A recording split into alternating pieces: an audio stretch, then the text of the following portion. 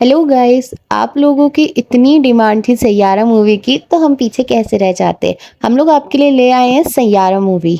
तो मूवी की स्टार्टिंग में हम एक वेडिंग सीन देखते हैं जिसमें एक फैमिली वेडिंग के लिए तैयार होती है। तभी वानी बत्रा जो कि इसमें लीड एक्ट्रेस है दिखाई देती हैं एज अ ब्राइड, जैसे वो किसी का इंतजार कर रही हैं। तभी वो अपनी डायरी निकालती हैं और अपने आसपास का माहौल देखती हैं, जिससे उन्हें बहुत ज्यादा सुकून मिलता है। तभी हमें पता चलता है कि वानी को डायरी लिखने की आदत है। वानी किसी से शादी करने आई थी और उसके ख्यालों में ही खो जाती हैं। तभी वानी को किसी का फोन आता है और अगले ही सीन में हमें उनकी डायरी में लिखी हुई शायरियां दिखती हैं। वानी अपने इधर उधर देख ही रही थी और बहुत ज्यादा खुश हो रही थी। तभी उन्होंने अपने फोन पे बात करी और पता चलता है कि फोन पे उनका फियांसे था, जो कि आने से मना कर देता है। वह बताता है कि उसे कंपनी के काम से देश से बाहर जाना पड़ेगा और वह शादी के लिए नहीं आ सकता। वानी परेशान नहीं होती और उनको बोलती है कि अगर ऐसी बात थी तो तुम मुझे पहले बताते। लेकिन तभी उनका फियांसे, जिसका नाम महेश अय्यर था, जो कि उनका कॉलेज में सीनियर था, उसे बताता है कि वानी, मैं तुमसे प्यार नहीं करता, मैं किसी और से प्यार करता हूँ। यह सुनकर वानी बहुत बुरी तरीके से टूट जाती हैं और वहीं पर बेहोश हो जाती हैं। और तभी उनके पेरेंट्स को भी ये बात पता चलती है, तो वह भी बहुत परेशान हो जाते हैं। फिर मूवी में हमें आगे पता चलता है कि महेश अय्यर जिस लड़की से प्यार करता था वह उसकी कंपनी की मालकिन थी, जिससे शादी करने के बाद उसे प्रमोशन तो मिल गया और वह विदेश में सेटल हो गया। लेकिन 6 महीने बाद भी वानी बत्रा उसे भुला नहीं पा रही थी और उसे बार बार याद कर कर रोती थी, डिप्रेशन में चली गई थी। वानी एक जॉब इंटरव्यू के लिए अपने पापा के साथ जा रही थी और धोखे से अपना फोन घर भूल गई थी। तभी उनके पापा ने उन्हें फोन निकाल कर दिया और कहा कि तुम इसे घर भूल गई थी। तभी उनके पापा ने उन्हें समझाया, तुम जैसे छोटी छोटी चीजें भूल जाती हो वैसे ही इस दुख को भी भुला दो। सीन चेंज होता है और हम देखते हैं कि वानी अपने इंटरव्यू की डेस्टिनेशन पर पहुंच गई थी और वहीं उन्होंने क्रिश कपूर, जो कि इस मूवी के लीड एक्टर है, उन्हें पहली बार देखा। वानी उन्हें देखती रही, उसने कुछ महसूस नहीं किया, पर वो फिर भी उन्हें देखती रही और बस वो क्रिश को देखती रही। हम देखते हैं कि वानी अपने लेसेस बांधने के लिए नीचे झुकती है और उनके हाथ में एक डायरी होती है, जो वहां वो साइड में रख देती हैं और बाद में ले जाना भूल जाती हैं। वही डायरी क्रिश को मिल जाती है और वह लौटाने के लिए अंदर जाता है। वानी अपना इंटरव्यू दे रही होती है और इंटरव्यू के दौरान हमें पता चलता है कि वानी को लिखने का शौक है, बट उसके जो सीनियर्स हैं उसकी लिखने की पावर को छोड़ के उसके इंस्टाग्राम्स पर फॉलोअर्स और रीच पूछते हैं। जिसके बाद वानी बत्रा बताती हैं कि सर, मैंने कुछ टाइम पहले इंस्टाग्राम डीएक्टिवेट कर दिया था, जो सुनकर उसके सीनियर्स थोड़े से अपसेट हो जाते हैं। नेक्स्ट सीन में हम देखते हैं कि वो डायरी क्रिश वानी को लौटाता है, तो वानी पूछती है आप कौन, तो क्रिश कहता है अभी पता चल जाएगा। क्रिश अंदर आता है और ऋत्विक नाम के लड़के को मारने लगता है। पूछने पर वो बताता है कि वो बैंड ग्रुप का लीड सिंगर है। उनका एक बैंड शो हुआ था जिसमें सिर्फ एक क्लू नाम के लड़के को ही मेंशन किया गया था, क्योंकि वो एक अमीर बाप की औलाद थी और उसके इंस्टाग्राम पर फॉलोअर्स भी बहुत अच्छे खासे थे। इसी बात से नाराज होकर क्रिश अपने दोस्तों से भी लड़ाई कर लेता है, जो कि उसी बैंड ग्रुप के मेंबर थे। पता चलता है कि आज उनका एक शो होने वाला था, लेकिन वो सारे दोस्त क्रिश को छोड़कर उस लड़के के साथ चले जाते हैं। तभी पता चलता है कि ऋत्विक ने क्रिश के खिलाफ केस फाइल कर दी है। क्रिश कहता है कि ये शो मेरा है और मैं ही इसे लीड करूंगा। यह कहकर वह कॉन्सर्ट शुरू कर देता है और सारी पब्लिक उसके गानों पे खूब झूम उठती है। दूसरे सीन में हम देखते हैं वानी, जो कि बहुत ज्यादा डिप्रेशन में थी, वो बारिश में बाहर निकलती है, महसूस करती है और फिर से लिखना शुरू कर देती हैं। वानी को महसूस करके लिखना पसंद था। तभी क्रिश का दोस्त क्रिश से लड़ता है कि तुमने उन सबसे लड़ाई क्यों की, उनके बिना तुम कुछ भी नहीं हो। लेकिन क्रिश मना कर देता है और कहता है ये मेरा शो है, मैं इसे लीड करूं। तभी इसी बात को लेके उनके बीच बहस हो जाती है। तभी हमें पता चलता है कि क्रिश और उसके सारे बैंड ग्रुप पे जो पैसा लगा रहा था वह उसका दोस्त था, जो कि घर पे क्लैट की तैयारी बोलकर पैसे ले रहा था और स्ट्रगलर्स पे लगा रहा था। सीन चेंज होता है और हम देखते हैं कि अगले दिन क्रिश और उसका दोस्त एक न्यू सॉन्ग प्रोड्यूसर के पास जाते हैं, जो कि बहुत ज्यादा फेमस था, प्रिंस, जो कि एक बहुत फेमस सिंगर था, जो उसके गानों में रैप जरूर होता था। प्रिंस बताता है कि वह 5 साल से सेम गाने रिपीट कर करके परेशान हो गया था, उसे अब कुछ नया, कुछ न्यू चाहिए था। वो नए स्ट्रगलर्स को देख रहा था, उनसे लिरिक्स के बदले उन्हें पैसे देने के लिए। तभी हम देखते हैं कि क्रिश की नजर वानी पे पड़ती है, जो वहाँ भीड़ में मौजूद थी। क्रिश सिक्योरिटी गार्ड से कहता है कि ये लड़की हमारे साथ है, इसे अंदर आने दो, और उसका हाथ पकड़ के अंदर बुला लेता है। वानी उसे थैंक यू बोल के आगे चली जाती है, लेकिन फिर से उसकी डायरी क्रिश के हाथ में रह जाती है और अगले सीन में हमें पता चलता है कि वानी बत्रा यहाँ प्रिंस का इंटरव्यू लेने आई थी, लेकिन वह 1 मिनट से लेट हो जाती हैं और तभी वो सिंगर उन्हें 2 साल बाद आने के लिए कहता है। वानी बहुत रिक्वेस्ट करती हैं पर फिर भी प्रिंस का प्रोड्यूसर नहीं मानता है और उन्हें निराश होकर लौटना पड़ता है। और तभी अगले सीन में हम देखते हैं कि क्रिश वहाँ खड़ा होकर गाना गाने लगता है जो कि वानी ने लिखा था। इस सभी लोगों को वो गाना बहुत पसंद आता है, सब उसके लिए तालियां बजाते हैं और इसके आगे के लिरिक्स पूछते हैं तो वो बताता है कि ये गाना मेरा नहीं वानी का लिखा हुआ है। तभी सब वानी के लिए क्लैपिंग करने लगते हैं और क्रिश वानी को अपने नेक्स्ट गाने लिखने के लिए बोलता है और उसे अपने साथ अपने प्रोडक्शन हाउस में ले आता है। तभी वो डायरी देखकर क्रिश पूछता है कि इसके आगे के पन्ने फटे हुए क्यों हैं। वानी 1 मिनट के लिए चुप हो जाती हैं और कुछ सोचने लगती हैं। क्रिश उन्हें झंझोड़ के पूछता है कि बताओ ये आगे के पन्ने फटे हुए क्यों हैं, तो वानी उन पर गुस्सा करके बोलती है कि ये मेरी पर्सनल लाइफ है, तुम इससे दूर रहो। असल में दोस्तों ये गाने उन्होंने अपने एक्स बॉयफ्रेंड महेश के लिए लिखे थे, जो कि ब्रेकअप के बाद उन्होंने फाड़ दिए। वह बहुत निराश हो गई थी इसलिए उन्होंने ऐसा करा। और क्रिश के ऐसे गुस्सा करने पर वानी को वह सब कुछ याद आ गया। वानी बोलती है कि मैं यहाँ बैठकर गाने नहीं लिख सकती, इसलिए क्रिश बोलता है कि चलो मैं तुम्हें बाहर की सैर कराता हूँ। क्रिश वानी के साथ क्रिकेट ग्राउंड में चले गए और एक सिचुएशन उन्हें इमेजिन करने को दी। वह महसूस होने के बाद वानी ने लिखना शुरू कर दिया और वानी रुकी नहीं। क्रिश भी समझ गए, इसलिए वो उन्हें नई नई जगह लेके जाने लगे, नए नए कॉन्सर्ट्स में लेके जाने लगे और उनसे गाने लिखने को कहा। टाइम के साथ साथ वह दोनों एक दूसरे के पास आने लगे, एक दूसरे की आदतों को अपनाने लगे और एक दूसरे को समझने लगे। वानी ऑफिस में बैठकर भी क्रिश के रिप्लाई का वेट करती थी और क्रिश घर पर होकर भी वानी को रिप्लाई करते थे। क्रिश अचानक से वानी को वीडियो कॉल करते हैं और उनका लिखा हुआ गाना उन्हें सुनाने लगते हैं, जो कि पूरे ऑफिस में सब सुन रहे होते हैं। तो वानी शर्मा के बाहर आ जाती है। इसी तरह सिलसिला चलता रहा। वानी नए नए गाने लिखती रही और वो खुद कब क्रिश के इतने पास आ गई उन्हें खुद भी पता नहीं चला। वह क्रिश के लिए महसूस करने लगी और शायद क्रिश भी करने लगा, लेकिन उससे अभी तक इस बात का पता नहीं था। वानी क्रिश को बहुत ज़्यादा पसंद करने लगी, उसके साथ घूमना फिरना वानी को पसंद था। सीन चेंज होता है और हम देखते हैं क्रिश के प्रोडक्शन हाउस में सिंगर प्रिंस एंड जो वो म्यूजिक कंपोजर था सब आए होते हैं उनका गाना सुनने के लिए और उन लोगों को गाना बहुत पसंद आता है, इसलिए वो उससे डील कर लेते हैं। लेकिन क्रिश तब भी थोड़े से परेशान लग रहे थे। वह खुश होने के बजाय परेशान क्यों थे यह आपको अगले सीन में पता चलेगा। तभी प्रोडक्शन हाउस में पुलिस आती है और क्रिश को बाहर बुलाती है और क्रिश से उसका और उसके पापा का नाम पूछती है और तभी क्रिश के पापा को गाड़ी से बाहर निकालती है। इस सीन में हमें पता चलता है कि क्रिश के पापा अल्कोहलिक थे। क्रिश यह देखकर बहुत गुस्सा हो जाते हैं और अपने पापा को हाथ पकड़कर सड़क पे गिराते हुए कहते हैं कि मुझे तुमसे कोई फर्क नहीं पड़ता और लो पकड़ो पैसे दारू पियो। यह कहकर क्रिश परेशान होकर क्रिकेट ग्राउंड में चले जाते हैं। वानी ये सब देखकर बहुत परेशान होती है और उनके पीछे जाती है और तभी उसी सीन में वानी अपने पास्ट महेश अय्यर के बारे में बताते हुए कहती है कि जैसे तुम्हारा पास्ट है वैसे मेरा भी पास्ट है, लेकिन मैंने अपने पास्ट को एक्सेप्ट करा, तुम भी करो अपने लिए। अगले सीन में हम देखते हैं कि वानी बत्रा एंड क्रिश कपूर शराब के ठेके पर जाते हैं क्रिश के पापा को लेने, जहां क्रिश की औरों से थोड़ी सी अनबन हो जाती है। वानी यह सब देखकर डर जाती है और उनको लेकर हेल्थ केयर सेंटर में जाने लगती है। वहां जाकर पता चलता है कि वहां की फीस 9 लाख रुपए है। यह देखकर वह बहुत परेशान हो जाते हैं और वह यह सोचने लगते हैं कि इतना पैसा वो कहाँ से लाएंगे। तभी क्रिश को याद आता है कि वो म्यूजिक कंपोजर इसमें उनकी मदद करता है। वह म्यूजिक कंपोजर के पास जाते हैं और उससे पूछता है क्या उन्हें और एक्स्ट्रा पैसे मिल सकते हैं। तो म्यूजिक कंपोजर कहता है कि हाँ, अगर इस गाने के मैं तुमसे तुम्हारे सारे राइट्स ले लूं तो मैं तुम्हें कुछ एक्स्ट्रा पैसे दे देता हूँ, जिस पे क्रिश हामी भर देता है। क्रिश परेशानी में ही वानी को घर छोड़ने जाते हैं और वानी को घर उतारते हुए कहते हैं अभी मेरे पास कुछ पल है। लेकिन वानी बोलती है तुम ऐसा क्यों कह रहे हो, हम तो कल मिल रहे हैं। तो क्रिश बोलते हैं कि हम क्यों मिल रहे हैं, तुम्हें तुम्हारा इंटरव्यू मिल गया और मुझे मेरे पैसे, अब हमारा एक दूसरे से कोई मतलब नहीं है। इंटरव्यू टीवी पे आने के बाद वानी की पेरेंट्स बहुत ज्यादा खुशी है कि फाइनली वानी ने अब मूव ऑन कर लिया और अपनी लाइफ में आगे बढ़ गई। लेकिन वानी अभी भी खुश नहीं थी। अगले सीन में हम प्रिंस का कॉन्सर्ट देखते हैं, वही सॉन्ग के साथ जो क्रिश गाने वाला था। क्रिश उन्हें बहुत गुस्से से घूर रहा होता है और बाय चांस उसी कॉन्सर्ट में वानी भी आई होती है। वह दोनों एक दूसरे के करीब आ जाते हैं और एक दूसरे को निराश भरी आंखों से देखने लगते हैं।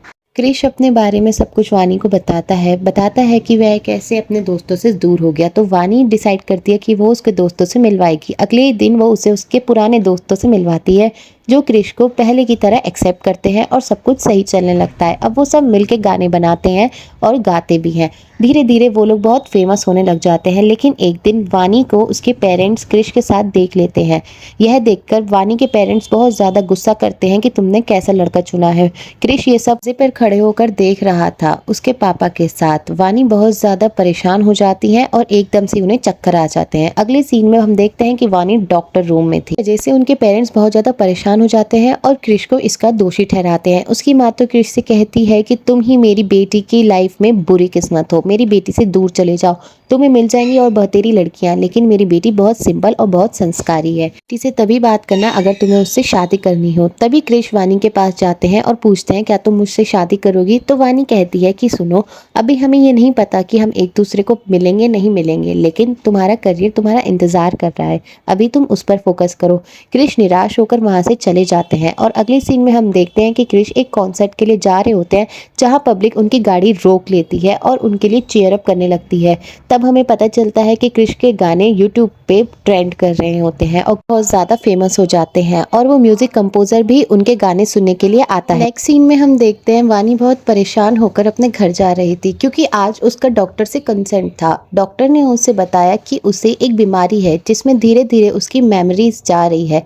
डॉक्टर उसके साथ कुछ सिंपल सा टेस्ट करते हैं, जैसे उसे एक नाम देते हैं विजय और उसका एड्रेस बताते हैं और कहते हैं कि तुम इसे थोड़े टाइम के लिए याद रखना। लेकिन जैसे ही डॉक्टर आज की डेट पूछते हैं वानी कुछ नहीं बता पाती और उसका नाम और एड्रेस वो भी नहीं बता पाती। तब डॉक्टर समझ जाते हैं कि इसको मेमोरी लॉस की परेशानी है। वहीं क्रिश कपूर वानी बत्रा के साथ एक होने के सपने देख रहा है और वानी से अपने दिल की बात कह देता है कि मैं चाहता हूँ सब मेरा नाम पुकारे, Krish Kapoor we love you, Krish Kapoor we love you, but Vani Batra I love you. और फिर इंटरवल हो जाता है।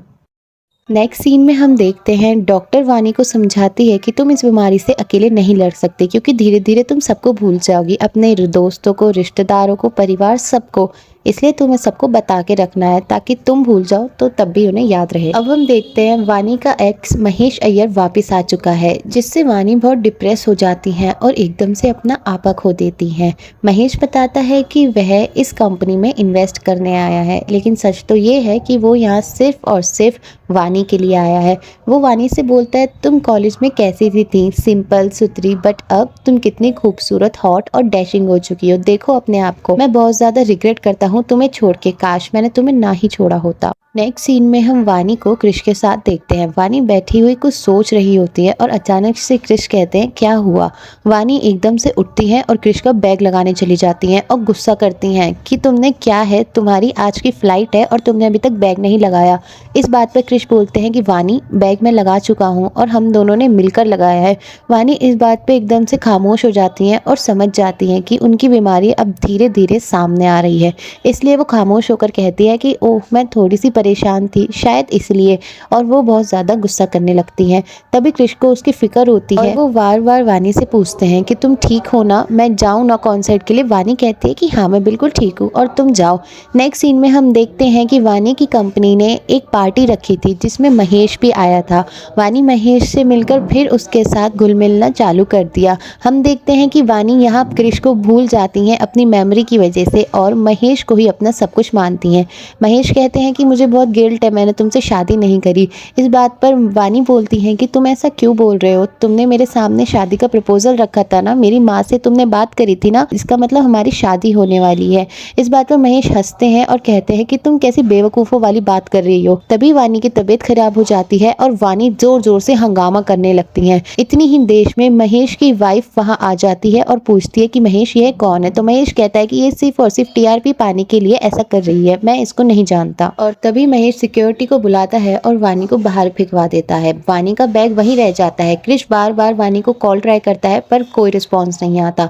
क्रिश की इंटरनेशनल फ्लाइट थी क्योंकि उसका कॉन्सर्ट था, लेकिन क्रिश वानी से मिले बिना नहीं जाना चाहता। अचानक वानी का फोन एक वेटर उठा लेता है और क्रिश को सब कुछ बताता है। क्रिश अपनी फ्लाइट छोड़कर भागा भागा वहाँ पे आ जाता है और वहाँ आके वेटर से वो सब कुछ पूछता है और वानी का उसे बैग मिलता है। महेश अभी भी यह सब देख रहा था और वो समझ गया था था कि ये स्ट्रगलिंग एक्टर वानी के साथ का है। जब क्रिश वानी का बैग देखता है तो उसमें रिपोर्ट्स मिल जाती हैं और वो बहुत परेशान होता है, तो क्रिकेट ग्राउंड में चला जाता है जहाँ पर वानी क्रिकेट खेल रही होती है। वानी बोलती है कि तुम मुझे छोड़ दो क्योंकि एक दिन मैं भी तुम्हें भूल जाऊंगी, लेकिन क्रिश कहता है कोई बात नहीं, तुम जितनी बार मुझे भूलोगी मैं उतनी बार ही तुम्हें याद दिलाऊंगा। नेक्स्ट सीन में हम देखते हैं डॉक्टर ने वानी को एडवाइस दी थी कि वो शहर की लाइफ से कहीं दूर चली जाए, कहीं शांत वाली जगहों में। वानी के पेरेंट्स आपस में डिसाइड कर रहे थे कि कौन जाएगा, लेकिन वानी को सिर्फ और सिर्फ क्रिश के साथ जाना था। नेक्स्ट सीन में हम देखते हैं कि वानी क्रिश के साथ जाने के लिए तैयार हो जाती है और वानी के पेरेंट्स भी मान जाते हैं। वानी की माँ क्रिश को अपने हाथों से मीठा दही खिलाती है जो कि शुभ शगुन माना जाता है, और इसका ये भी मतलब है कि उसकी माँ ने क्रिश को अपना लिया है और अपने बच्चों की खुशी के खातिर वो वानी को क्रिश के साथ भेज देती है।